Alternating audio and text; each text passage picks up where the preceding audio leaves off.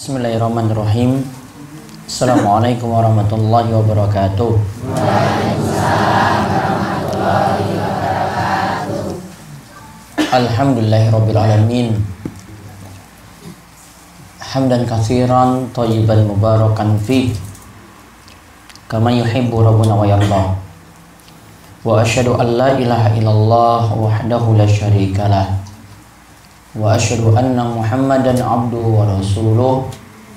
Allahumma sholli ala nabiyyina wa sayyidina Muhammad wa ala alihi wa man tabi'ahum bi ihsanin ila yaumiddin.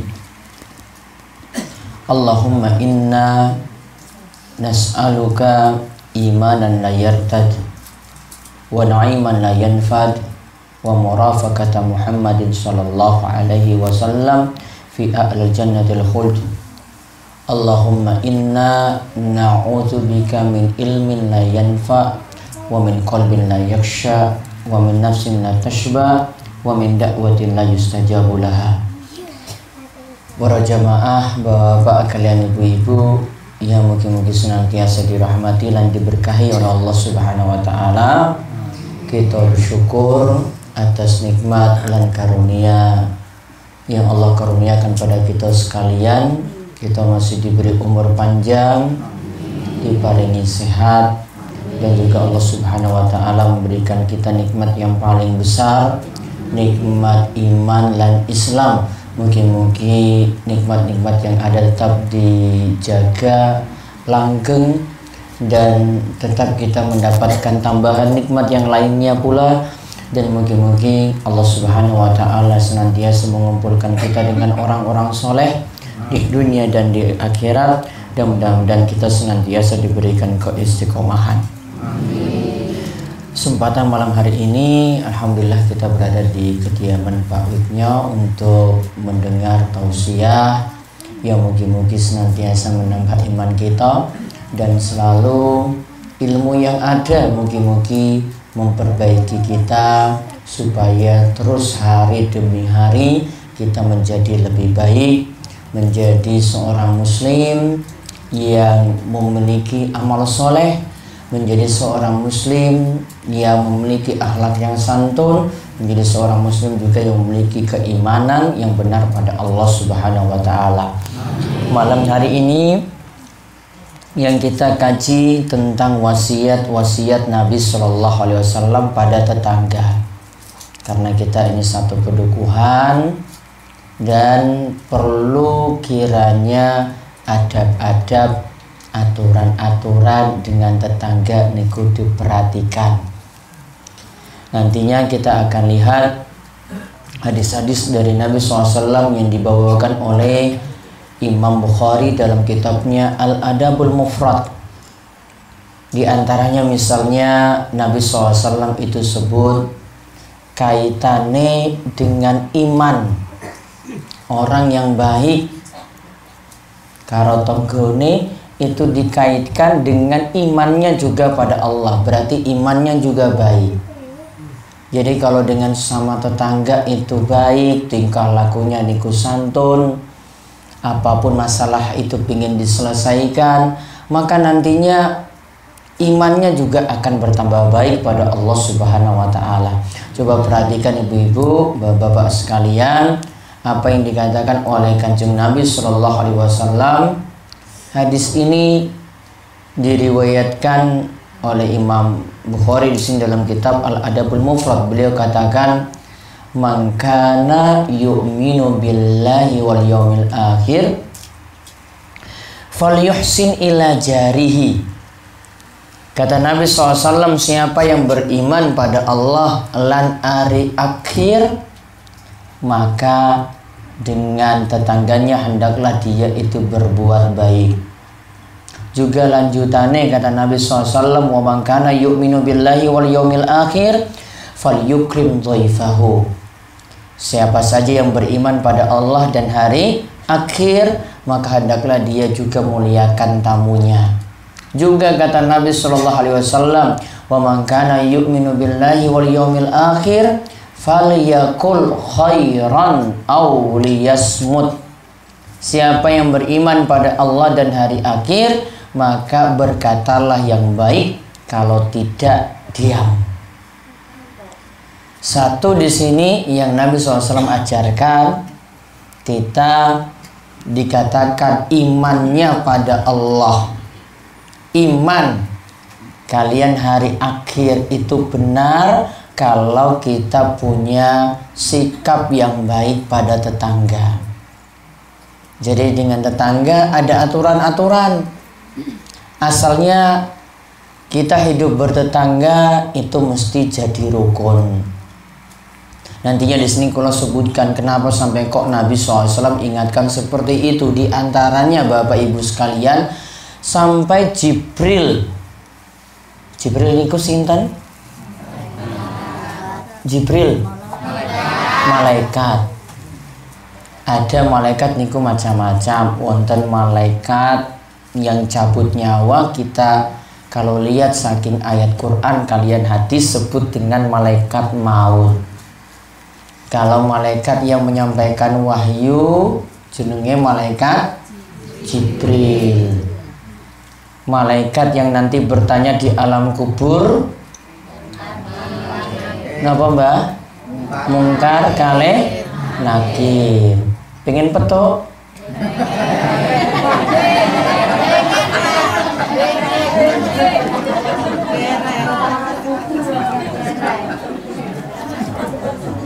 Ya sesuk ya ono waktune.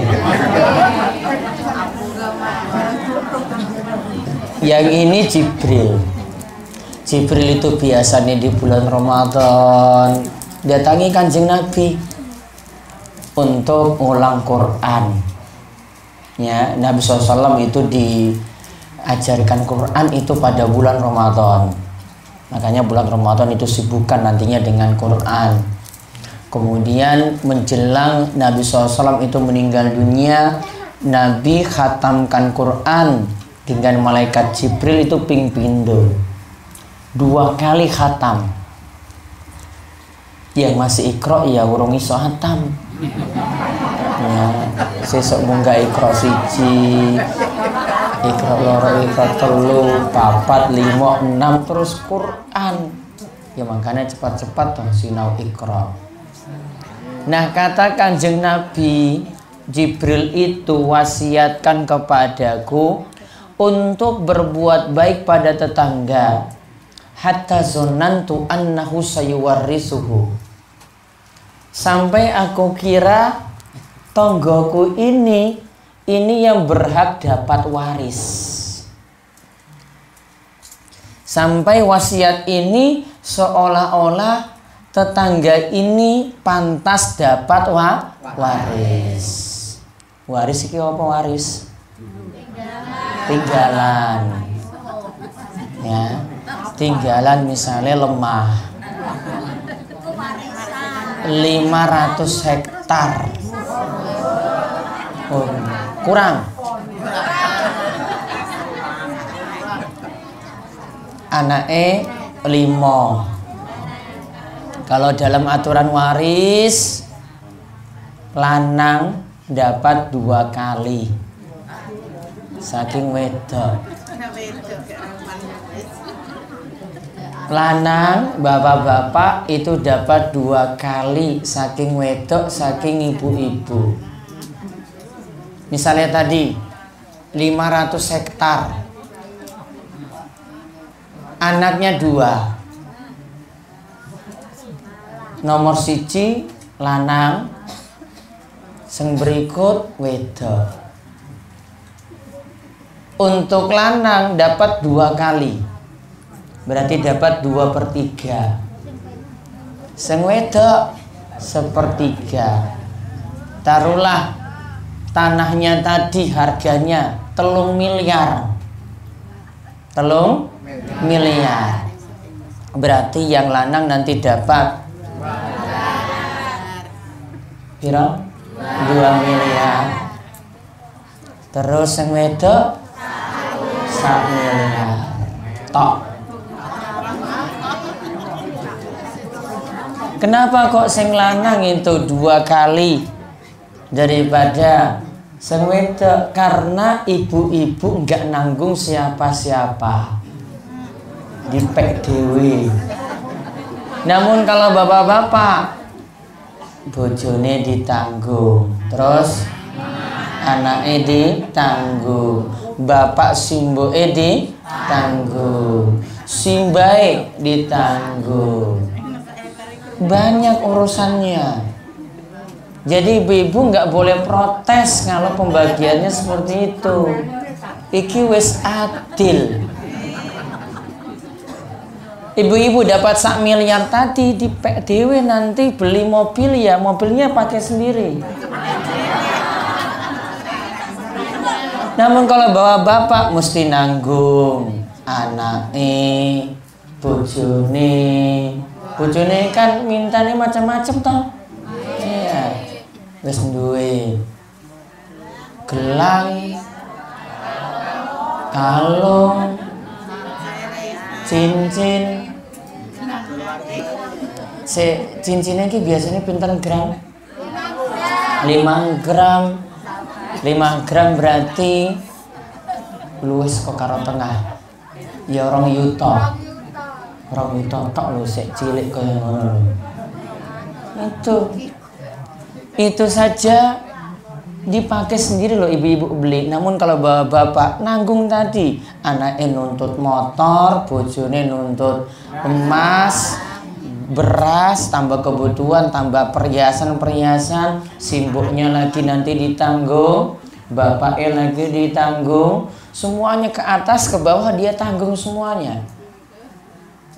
Maka lebih berat. Jadi orang protes nggih ibu nggih. Nah itu tadi kata Nabi SAW, Jibril itu wasiatkan tetangga itu hampir sama bisa dapat waris juga. Namun sebenarnya tidak. Namun hampir-hampir aku diwasiatkan oleh Jibril, tonggomu itu bisa juga dapat waris. Namun tidak dapat. Sampai seperti itu wasiat dari Jibril pada Kanjeng Nabi kita Muhammad Sallallahu Alaihi Wasallam. Maka harus baik dengan tetangga. Kadang kalau Nabi SAW itu sebut ini untuk hadiah, Nabi SAW itu katakan pilih hadiah tadi dikasih ke tetangga yang paling dekat dulu, yang paling dekat pintu rumahnya. Yang paling cerak pintunya itu yang diberi terlebih dahulu. Yang depan, kanan, kiri, buri, belakang dikasih terlebih dahulu daripada yang jauh. Contoh lagi, ibu-ibu biasanya masak. Yang paling enak apa tuh? Yang paling enak? Yang paling baunya itu sampai keluar. Keren gitu. Misalnya daging ya. Daging kalau kambing itu asapnya wes enak loh. Kata Nabi SAW kalau buat dulu ada makanan Arab itu biasanya itu ada apa kuah iki apa? Duduhnya itu nanti Nabi SAW itu biasa lihat tetangga itu buat seperti itu. Nabi SAW itu katakan kalau kamu buat dagingnya niku pas-pasan. Ditambah lagi kalau bisa ditambah lagi kuahnya itu dikebai, tambah terus beri pada tetanggamu walaupun cuma duduknya saja tadi. Beri pada tetanggamu walaupun seperti itu saja. Apa yang memotivasi Nabi SAW menyampaikan seperti ini? Bapak Ibu perhatikan. Kalau seperti ini saja pelit, sudah ketahuan orangnya berarti super pelit. Masa cuma duduk yang kayak gini saja kok orang gelem loh masa. Seperti ini nggak diminta daging. Kalau seperti ini saja dengan tetangganya super pelit, jangan harap mau dikasih daging. Betul? Maka mulai dari yang kecil. Jadi kata Nabi SAW tadi, kalau buat seperti itu, kalau nggak bisa dagingnya itu roto, sa-RT nggak bisa, tambah duduknya sajalah sudah.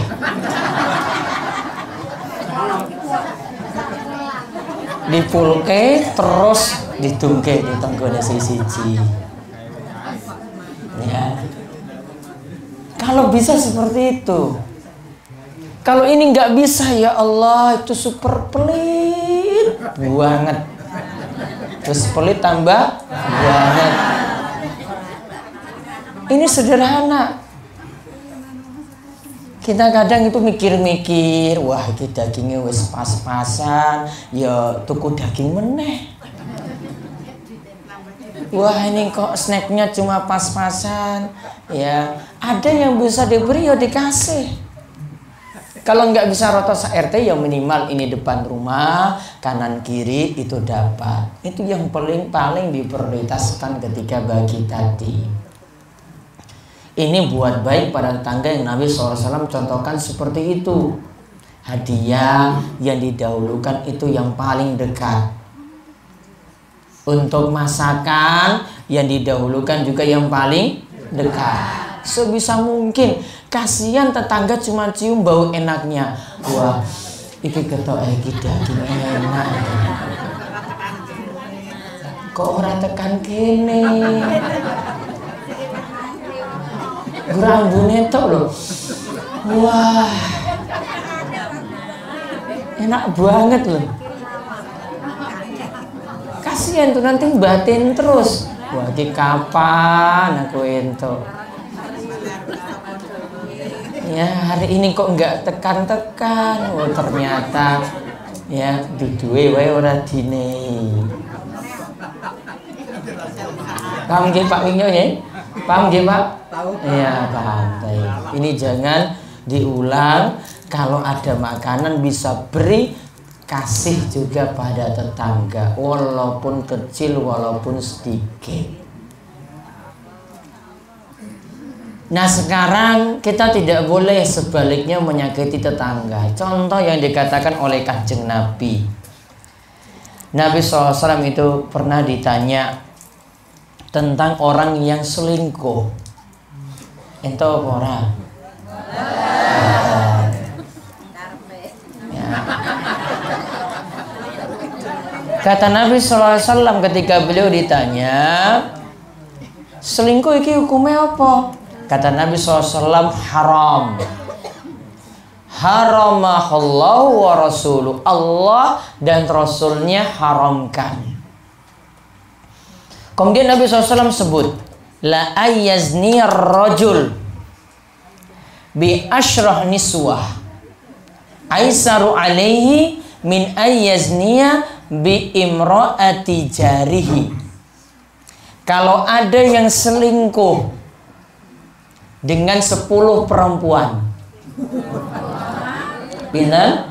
10. Mungkin apa mboten Pak? Sakit mboten? Yo misalnya ono dengan 10 perempuan, kata Nabi SAW, itu masih lebih kecil dibandingkan dengan ada yang selingkuh dengan tetangganya sendiri. Satu tetangga dibandingkan dengan 10 perempuan masih berat dosanya selingkuh karo tanggane dhewe, apalagi samping rumah. Makin dekat dosanya makin besar, makin dekat pintu rumahnya lagi makin besar lagi, apalagi kalau satu rumah. Kok iso sak omah? Ini Mbak Yune duwe adik. Bojone ini main juga dengan adike langsung. Selingkuh atau berarti? Selingkuh karo ipare. Dosane lebih besar daripada tetangga. Satu rumah. Kalau satu rumah lebih berat lagi. Jadi makin dekat, dosa zinanya, dosa selingkuhnya makin besar.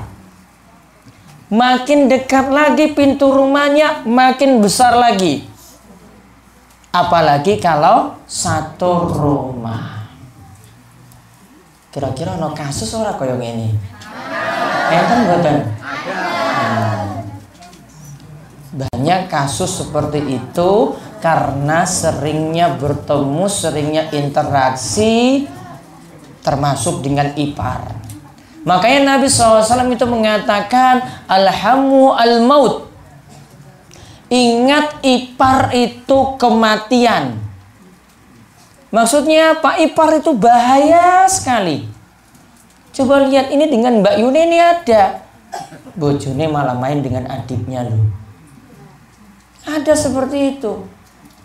Maka Nabi SAW itu ingatkan, dosa zina makin cerak itu dosanya makin besar. Sama juga kalau ada yang nyolong. Nabi SAW pernah ditanya tentang kalau mencuri boleh atau enggak. Rasul katakan haram. Allah dan Rasulnya haramkan. Terus Nabi SAW katakan, la ayyasriko min asyrati ahli abiyat aisaru alaihi min ayyasriko min baiti jarihi. Kalau ada orang yang nyolong di 10 tempat, di tempat yang jauh, itu masih lebih ringan dibandingkan dia nyolong tonggone sendiri. Dosanya lebih besar. Hati-hati. Ini bentuk menyakiti tetangga. Tadi yang pertama, lakukan dosa besar selingkuh. Selingkuh dosa besar nggih? Nggih. Yang kedua, mencuri. Nggak puas. Ya, maka ini perlu dijauhi. Dan juga bentuk menyakiti tetangga yang lainnya juga dengan omongan, dengan kata-kata, dengan tingkah laku. Walaupun juga ada yang cuma di batin saja, itu hati-hati bahaya. Contoh lagi yang menyakiti tetangga, kadang ini bisa muncul, kadang bisa spontan muncul. Contoh yang Nabi SAW sebut dengan hasad, iri, cemburu, nggak senang dengan nikmat yang ada pada orang lain. Dan kita ini biasa nih warga warak itu seperti itu. Coba lihat tonggonin duwe kulkas anyar.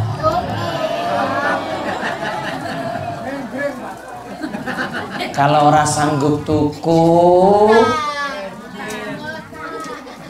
kredit, orang sanggup kredit. Wah, neng batine iki hasate niku besar. Ya mugi-mugi ya Allah, mugi-mugi kulkasnya cepat rusak. Mugi-mugi listriknya itu jeglek terus. Ya Allah, mugi-mugi nanti colokanin niku nanti obong ya koslet umai kebakar.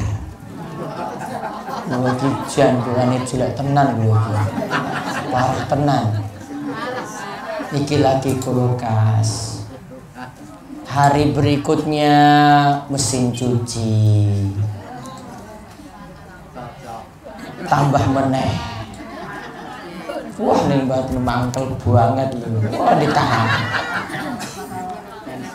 Bulan depan tambah lagi. Motor anyar. Wah, tambah mangkel meneh.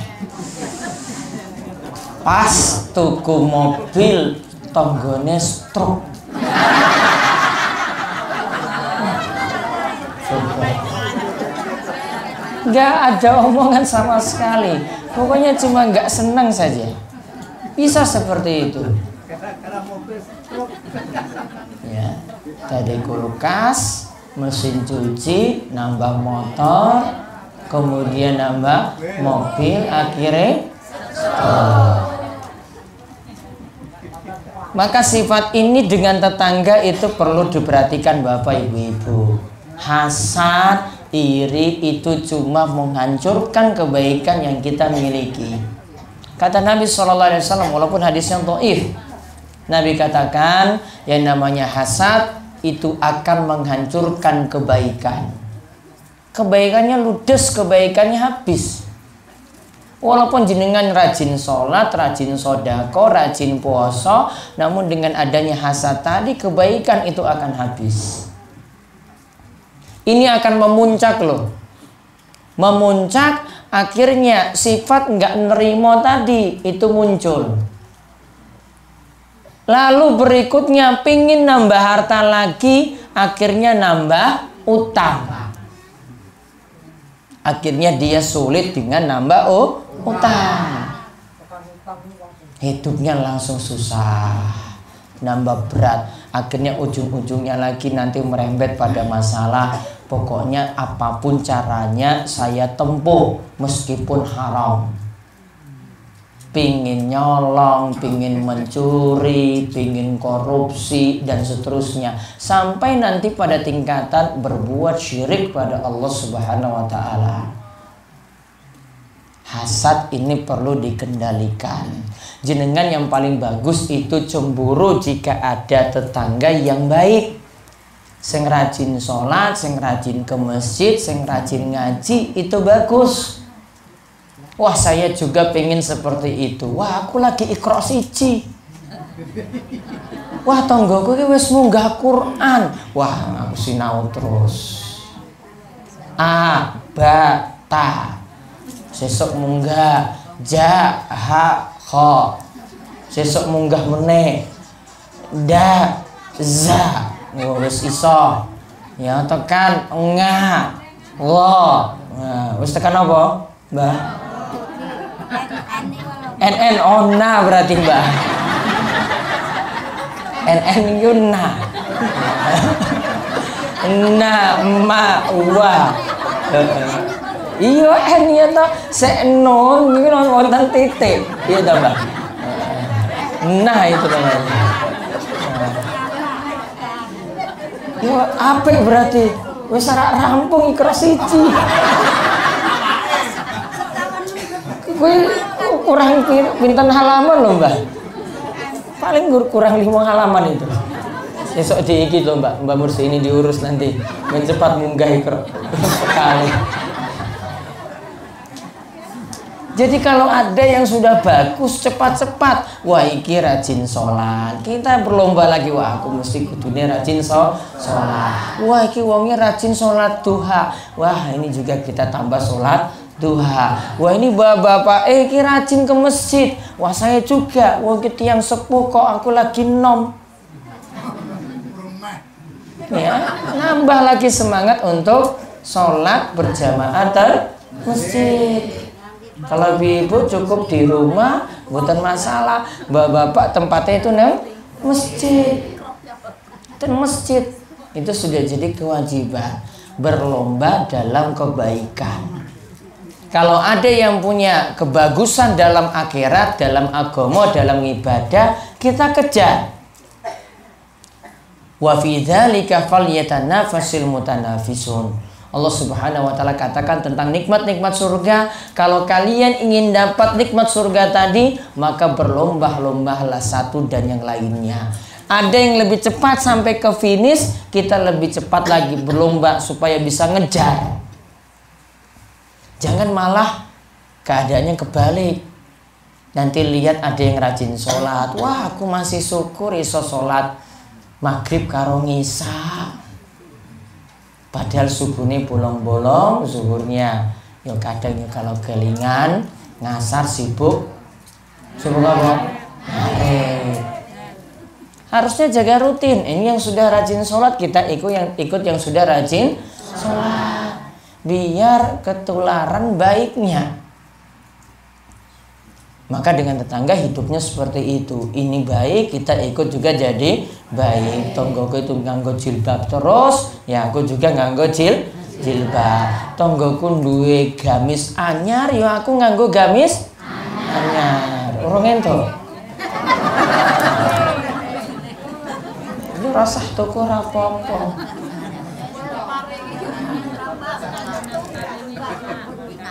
Nah, ini anyar ketok iki. Ini yang anyar apa zong? Hah? Oh,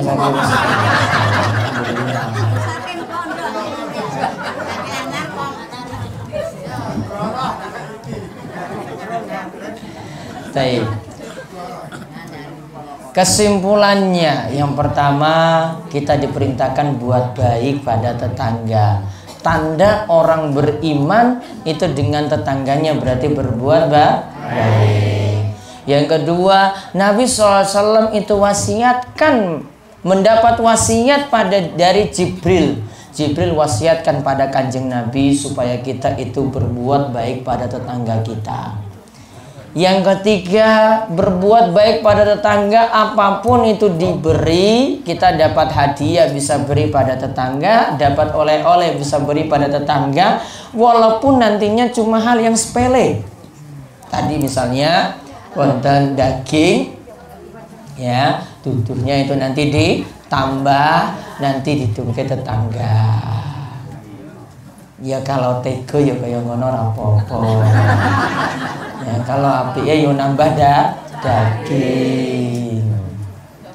Ya, kemudian kita juga dilarang untuk menyakiti tetangga. Hubungannya harus baik, dijaga. Termasuk juga kita tidak boleh saling mendiamkan satu dan yang lainnya. Aturan tiang muslim nggak boleh diamkan yang lain lebih daripada 3 hari.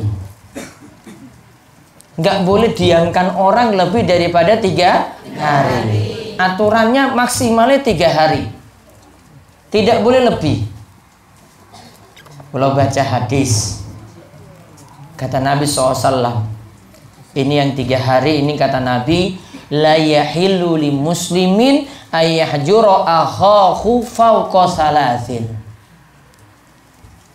Tidak halal bagi seorang muslim dia diamkan saudaranya lebih dari 3 hari. Kata Nabi SAW, faman hajara fawqa salasin famata dakhalan nar. Siapa yang diamkan saudaranya itu lebih daripada 3 hari, maka kalau dia mati, dia masuk neraka. Ancamannya berat loh. Masuk apa? Neraka. Ini lagi 3 hari. Ada yang pernah setahun. Kata Nabi SAW, man hajara akhahu sanatan fahuwa kasafki damihi.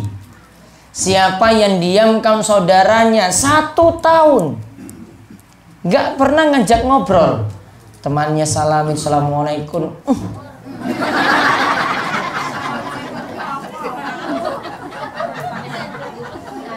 cuekin. Setahun seperti itu, kata Nabi SAW, dia seperti mengalirkan darah saudaranya, alias dia bunuh saudaranya. Walaupun aslinya nggak bunuh, namun dosanya sama seperti dia membunuh saudaranya. Karena itu nyakiti orang. Maka kata Nabi SAW, kalau punya masalah seperti itu, orang yang paling bagus, kalau bertemu, ucapkan salam terlebih dahulu. Taruhlah kita punya masalah. Wah, iki utang ora tahu bayar. Tak neng gue nih. Namun saya pingin supaya hubungan itu jadi baik, pingin selesai. Saya salamin, assalamualaikum. Kalau dia jawab, waalaikumsalam, berarti selesai. Masalahnya sudah dianggap rampung.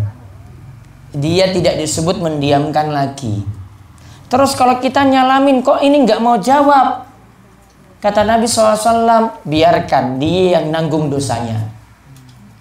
Biarkan dia yang nanggung dosanya. Karena kita sudah mulai mengucapkan salam terlebih dahulu. Di sini dituntut Bapak Ibu sekalian, kita hidup bertetangga harus rajin-rajin untuk ngalah.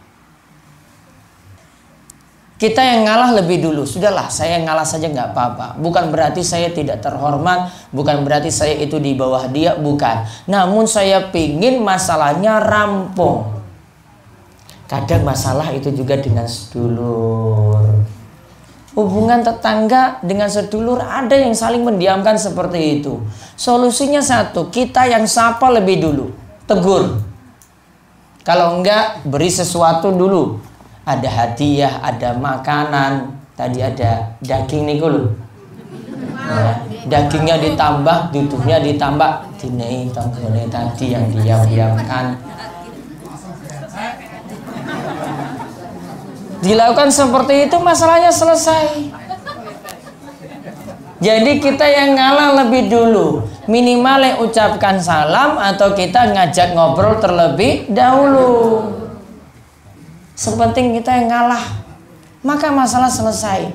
Sama seperti bapak ibu-ibu punya masalah di rumah, istri salah, kita sudah ingatkan, malah istri muring-muring terus. Pingin masalah selesai, sudah suami yang ngalah saja, ngajak ngobrol. Kalau pingin selesai, wes tak tumbas ke ali-ali iki. Menang langsung. Rampung. Nanti gawe masalah terus ya.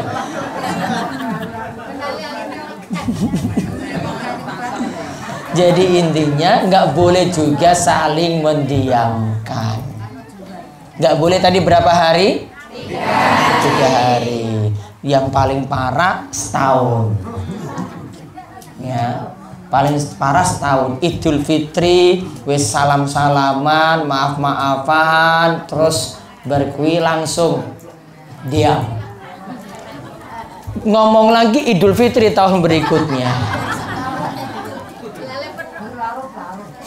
Ya masalah berarti. Nih, harus ketika itu tidak boleh saling mendiamkan. Dan maaf-maafkan juga tidak mesti pada Idul Fitri. Nggih niku mawon untuk pengawasan malam hari ini, mugi-mugi manfaat. Wis rampung lho. Pengen nambah? Ya, ada pertanyaan monggo. Minggu depan di malam Senin depan Pak Yadi nggih. Ya, tempat Pak Yadi di Musola Nur Hasanah. Terus wonten pengumuman tanggal 13 wonten tablik akbar. Namun sore bar ngasar. Sabtu sore bar ngasar. Kalau bar ngasar biasanya nggak pakai nasi bungkus, gur snack. Ya, namun mudah-mudahan nanti ibu-ibu dibagi gamis. Bapak-bapak, ya mbah.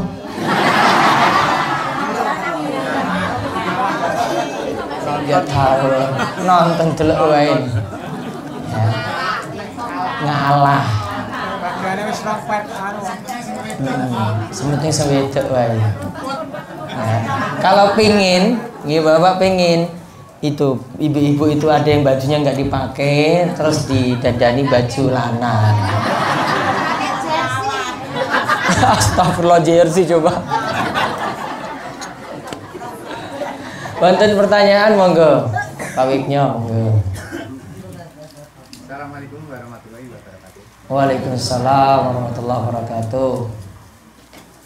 Saya sholat dulu cuman tiap maghrib aja. Oleh karena saya diprotes oleh istri kalau bisa harus di rumah sebab ingin berjamaah.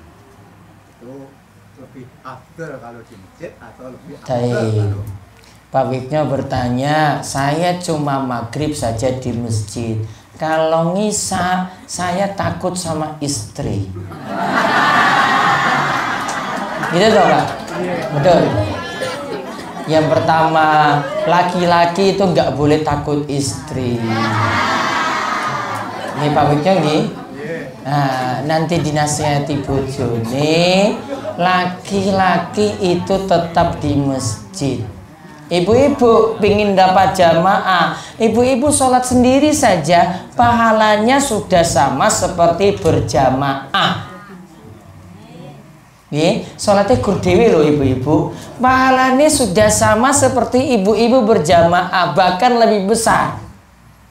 Namun kata Nabi SAW, sholatnya di kamar. Dulu tiang Arab itu punya kamar khusus, ada tempat untuk nyimpan perhiasan, gelang, anting, ya ali-ali tadi, kalung itu di satu lemari, punya kamar sendiri. Apa wong Arab ono kamar kaya ngono ora? Boten, ya iki. Kon bojone gawe kamar khusus untuk simpan ali-ali. Kata Nabi SAW, kamu sholat di situ, itu tempatnya lebih tersembunyi, itu lebih bagus daripada agak keluar, daripada di ruang tengah seperti ini. Di kamar sendiri lebih afdal. Makanya kata Ummu Humaid, dia minta pada suami, Mas, tolong saya dibangunkan kamar saja, saya minta paling pojok dari rumah.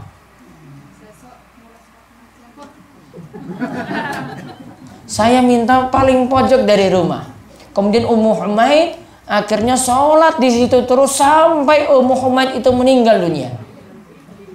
Sholat terus di dalam rumah.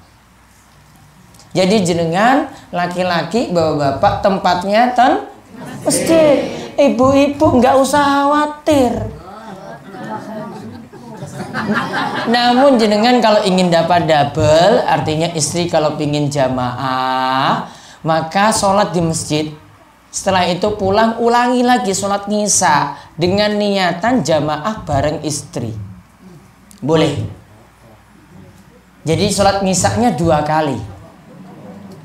Sholat ngisya pertama wajib termusola Nur Hasanah, kemudian pulang kerjakan lagi sholat ngisya namun niatane sunnah dan sholatnya bareng istri. Boleh. Istri nggak wajib berjamaah. Kalau di rumah wajib di rumah. Nih, istri kalau di rumah lebih afdol, lebih bagus, lebih baik. Kon, ibu ngertos nih, sholat yang paling saya apa? Ten masjid apa ten griya? Ten griya di kamarnya sing khusus. Kalau orang ono kamar khusus, jaluk bojone gawe kamar anyar. Pon, wonten malih? Ya ibu-ibu ya. Waalaikumsalam warahmatullahi wabarakatuh.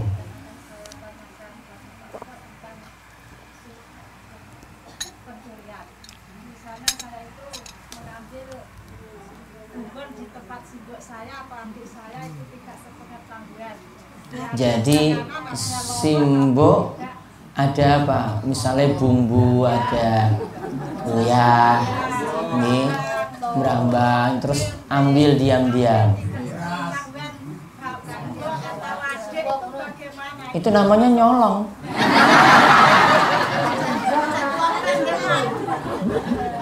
Namun kalau sebaliknya, simbok yang ngambil malah orang nyolong.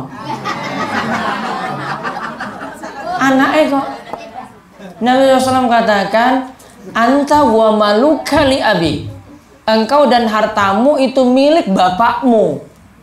Maka kalau tiba-tiba simbok itu datang terus ambil lombok, ambil ini semuanya, bawa pulang ke rumah, bukan masalah. Iya. Saya so izin. Dan saya ini minta maaf. Mugi-mugi dimaafkan. Terus sama juga bapak misalnya ambil harta anaknya, boleh. Namun baiknya ya ngomong dulu. Andai saja misalnya bapaknya lihat anaknya punya motor 2, aku pengen siji, ngambil, boleh. Anta wa maluka li abi, kamu dan hartamu milik bapakmu.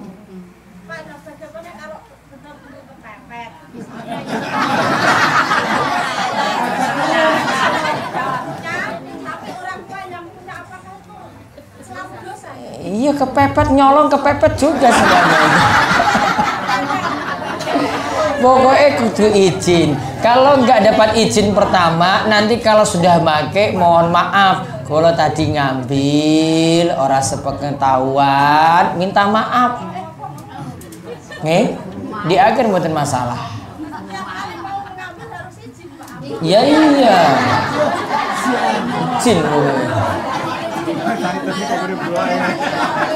Kecuali sebaliknya, kecuali kalau simbok ngambil itu orang izin orang masalah. Apalagi cuma ambil uyah lombok ya ambil aja mboten masalah. Pon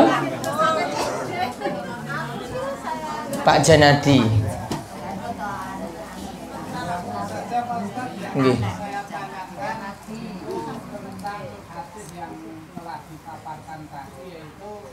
Masalah keimanan, bagaimana kalau dengan tetangganya pun belum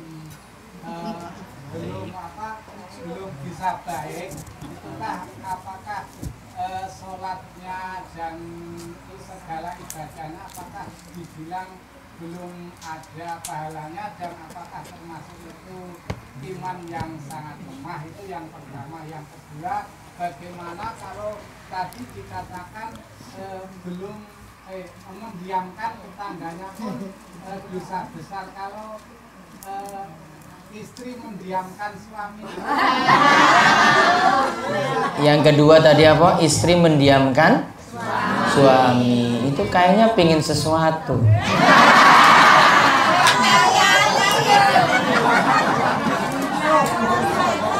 Itu masalahnya Pak. Mbok dituruti mawon toh Pak. Masalahnya kalau kecil ya sudah nurut saja. Selama mampu ya dituruti, kecuali kalau mintanya ya angel ya rasa. Ya. Kalau istri diamkan suami, suami harus punya harga diri. Ya, suami itu di atas. Kedudukannya lebih tinggi, maka nggak boleh didiamkan istri. Ya, sehingga suami nanti cari, saya ini masalahnya apa? Jangan-jangan mungkin karena saya belum ke masjid, orang ngaji, nggak pengen nambah ilmu, perbaiki. Betul saja kalau istri diamkan seperti itu, bukan masalah. Namun jenengan harus perbaiki diri, butuh koreksi. Namun kalau masalahnya karena kebutuhan, nanti tanya apa yang kurang. Ya kurang terus pasti. Namun yang jelas kadang suami juga super pelit. Contoh di zaman Nabi SAW itu ada seorang wanita Hindun kalau tidak salah namanya. Dia pernah laporkan suaminya Muawiyah. Dia katakan suami saya itu super pelit. Wahai Rasulullah, boleh nggak saya nyolong dompet suamiku? Saya ambil uang di dalamnya, kemudian saya pakai untuk kebutuhan saya tadi, karena nafkahnya kurang. Kata Rasulullah SAW, monggo silahkan. Monggo silahkan ngambil sesuai kebutuhan. Jangan diambil semua, betul. Kemudian yang pertama tadi, kalau belum bisa berbuat baik pada tetangga sendiri, apakah sholatnya diterima? Yang jelas akhlaknya kurang bagus. Dan sholat kita sudah pahami, inna sholata tanha anil fahsya'i wal munkar. Sholat niku cegah saking perbuatan keji lan mungkar. Maka kalau belum baik, berarti sholatnya masalah sebenarnya. Maka sholatnya diperbaiki. Boleh jadi kurang khusyuk, boleh jadi kurang menghayati, boleh jadi kurang diaplikasikan, diwujudkan dengan baik. Maka sholatnya diperbaiki. Kalau sholatnya baik, maka akan ditunjukkan juga dengan tingkah laku santun, ya, akhlak yang baik pada tetangganya sendiri. Paham nggih? Ya, jadi sholatnya yang diperbaiki dan terus berbuat baik pada tetangga. Wonten terakhir. Bentar, Ibu, terus jenengan Pak. Monggo. Waalaikumsalam warahmatullahi wabarakatuh.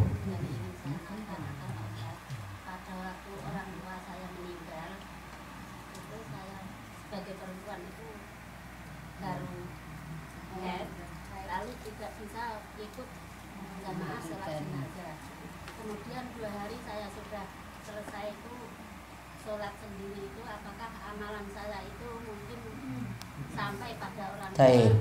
Pas meninggal, simbok meninggal tadi dalam keadaan datang bulan, terus nggak bisa nyolatkan sholat jenazah, terus setelah 2 hari wes suci, boleh nggak nyolatkan? Bisa, dengan pilihan satu, sholatnya datang ke kuburan, sholatnya di kuburan dalam keadaan berdiri menghadap kiblat, terus sholatnya kita nganggap seperti sholat jenazah. Pas nanti kalau cara sholatnya, kalau laki-laki ya pas di kepala, kalau perempuan pas di tengah, ngadap kiblat, takbir 4 kali, sama seperti lakukan sholat jenazah. Kalau di rumah nanti niatannya sholat gaib. Namun sholat gaib sebenarnya lebih tepat kalau sudah disolatkan oleh jamaah kunci misalnya, maka tidak perlu lagi sholat gaib. Tugas jenengan selanjutnya banyak-banyak doa terus biar dapat ampunan, biar diampuni segala kesalahan-kesalahan yang pernah diperbuat. Terus Mbah, monggo Mbah. Terima kasih waktu yang diberikan pada saya. Assalamualaikum warahmatullahi wabarakatuh. Waalaikumsalam warahmatullahi wabarakatuh. Ini Pak Ustaz yang ini saya sampaikan lakukan. Contohnya saya sendiri, ambil contoh. Saya ini sering berkunjung kepada baik itu tetangga jauh, tetangga dekat, yang saya kunjungi itu dalam kondisi menderita baik itu sakit maupun kesusahan. Nah, di suatu tempat itu ada seseorang yang melontarkan kata-kata kepada si penderita itu. Nah, kata-kata itu begini, kamu menderita ini karena cobaan dari yang Maha Kuasa. Nah, yang saya tanyakan, apakah lontaran dari seseorang kepada orang yang menderita itu benar ataupun salah? Yang kedua, seandainya Tuhan yang Maha Kuasa ini mau memberikan sesuatu kepada manusia, ini apakah melalui percobaan? Apa langsung barang yang pasti ya? Baik. Yang ketiga, bagaimana seandainya kita dalam kunjungan itu hal-hal yang apa yang perlu, yang benar kita sampaikan kepada si penderita. Baik. Terima kasih. Assalamualaikum warahmatullahi wabarakatuh. Waalaikumsalam warahmatullahi wabarakatuh. Jadi yang kedua tadi ini ada inti pertanyaannya. Kalau ada yang sakit, apakah ini adalah ujian atau cobaan atau musibah saking Allah? Betul nggih? Nah, perlu diingat kalau kita dapat musibah, penyakit, kesulitan, itu ada beberapa kemungkinan. Yang pertama, Allah ingin meninggikan derajat. Jadi tingkatannya sebagai orang beriman itu makin meningkat. Maka diuji. Sama seperti jenengan, kalau ingin munggah Iqra siji, wonten ujian. Di sekolah munggah kelas 3, ya, ke kelas 4 ada ujian. Ingin naik tingkat iman juga ada ujian. Maka dikasih sakit, dikasih susah, dikasih tambah utang. Itu untuk nambah iman. Wah, saya menghadapinya seperti ini. 1, imannya berarti diuji. Kalau lulus ujian tadi, maka berarti wis naik tingkatan. Iki pengen munggah kelas apa ora? Nah, berarti nanti diuji. Ada yang dengan penyakit, ada yang dengan utang, ada yang dengan suami cobaannya, ada yang dengan istri, istrinya super cerewet misalnya. Ya, macam-macam cobaan. Ya, ada yang penyakit berat sampai belum sembuh bertahun-tahun. Ini diuji. Itu yang pertama. Yang kedua, yang namanya ujian itu untuk menghapuskan kesalahan-kesalahan atau dosa. Masa silamnya jelek dulu, Allah uji, berdia itu penyakit, biar kesalahan-kesalahannya itu terhapus, dosa-dosanya ini terhapus. Ini syukuri, berarti Allah masih cinta pada kita. Nantinya yang Allah inginkan sampai mati kita bersih dari dosa, sehingga di akhirat nanti selamat. Maka dikasih ujian di dunia seperti itu. Yang ketiga, ini malah yang berat. Ini kalau dapat yang ketiga, musibah atau siksaan tadi. Maaf, musibah itu sebagai siksaan, azab yang Allah segerakan di dunia. Ini gara-gara sebagai hukuman kita punya dosa besar. Bisa jadi penyakit juga gara-gara itu. Ya, bisa jadi penyakit gara-gara itu. Kita belum sadar-sadar, mau bertobat, belum mau tobat-tobat, Allah tambahkan lagi penyakitnya. Belum mau tobat lagi, Allah tambahkan lagi penyakitnya. Sampai ketika itu ada yang mau sadar, syukur alhamdulillah. Kalau nggak mau sadar-sadar juga tetap keadaannya seperti itu terus. Namun jenengan tadi kalau lihat keadaan orang sakit nggak boleh ngomong gini, iki paling kowe iki duwe salah. Ini nyakiti orang. Nggih. Harusnya yang ada kita doakan, mugi-mugi tingkatan iman jenengan itu naik, mugi-mugi Allah maafkan kesalahan-kesalahan dengan penyakit tadi. Bukan malah nuduh dia, wah iki paling dulu ini kesalahanmu, ini Allah segerakan azab, segerakan siksa sekarang ini juga, makanya tobat. Ini bukan. Ini terlalu nyakiti orang, malah nanti yang sakit malah tambah sakit. Nah, terus hiburnya gimana? Tadi cara hiburnya nggih. Yang ketiga tadi pertanyaannya, kita mau menghibur orang yang sakit ini gimana? Tadi datang doake, ya Allahumma rabban nasi azhibil bas ishfi anta syafi la shifaa illa shifauka shifaan la yughadiru saqaman. Allahumma rabban nas, ya Allah Rabb manusia, ashibil bas, ya Allah angkatlah penyakitnya, ishfi, sembuhkanlah ya Allah, anta syafi, engkau itu maha penyembuh ya Allah, la syifa illa syifauka, tidak ada yang dapat menyembuhkan kecuali engkau. Mugi-mugi kesembuhan nantinya tidak sampai meninggalkan bekas, jadi benar-benar diangkat. Itu nggak bagus banget loh ini. Jadi kalau datang jenguk tiang sakit, didongaknya seperti itu. Ya, bukan malah kita katakan dia yang jelek-jelek, doa. Terus nasihati, yang kedua nasihati mugi-mugi iso sabar. Yang ketiga tambah lagi, mugi-mugi Allah balas dengan pahala, dosa-dosanya nanti diampuni. Nah, hiburan seperti ini akan menyejukkan orang yang sakit. Akhirnya dia sejuk, tenang, akhirnya ingin cepat sembuh. Pun nggih? Sampun? Pun. Pak Yadi, monggo Pak. Assalamualaikum warahmatullahi wabarakatuh. Waalaikumsalam warahmatullahi wabarakatuh. Pertanyaan saya ini yang sering terjadi di masyarakat, yaitu gini, misalnya ladangnya atau tegalnya berdekatan, kemudian sawahnya berdekatan. Gitu, terus kemudian di situ ada pemiliknya beda berarti. Pemiliknya dua. Iya, iya. Di situ yang tempat ladang yang satu ada misalnya melinjo, Melinjo. atau Tengah-tengah ada melinjo misalnya. ada sayuran. Ada sayuran, terus Nah, itu yang atau lombok misalnya.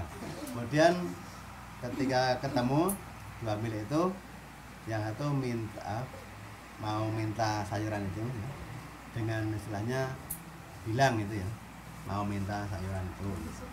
Nah, itu dikasih. Nah, terus yang punya tadi pesan, kalau kamu butuh lagi silahkan ambil. Nah, silahkan ambil. Saya enggak sih. Nah, terus walaupun saya tidak ada gitu. Nah, terus suatu hari orang yang tadi itu ambil lagi tapi tidak ada yang punya. Ya itu termasuk mencuri atau tidak itu. tadi katanya monggo silakan ambil kalau butuh lagi. Berarti seterusnya itu diizinkan. Itu Niku mboten masalah. yang sendiri kan demikian. Nah, nanti kalau tadi apa? Misalnya jaluk mbok nggih, apa tadi lombok tadi ya. Oh ya, seterusnya diambil saja. Ya berarti wis diizinkan.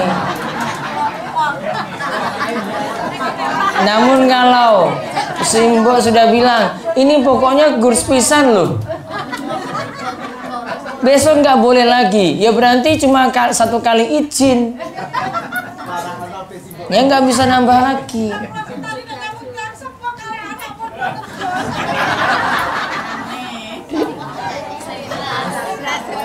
Kon, ya. Jadi mboten masalah, Bu. Ya, orang sah nangis toh.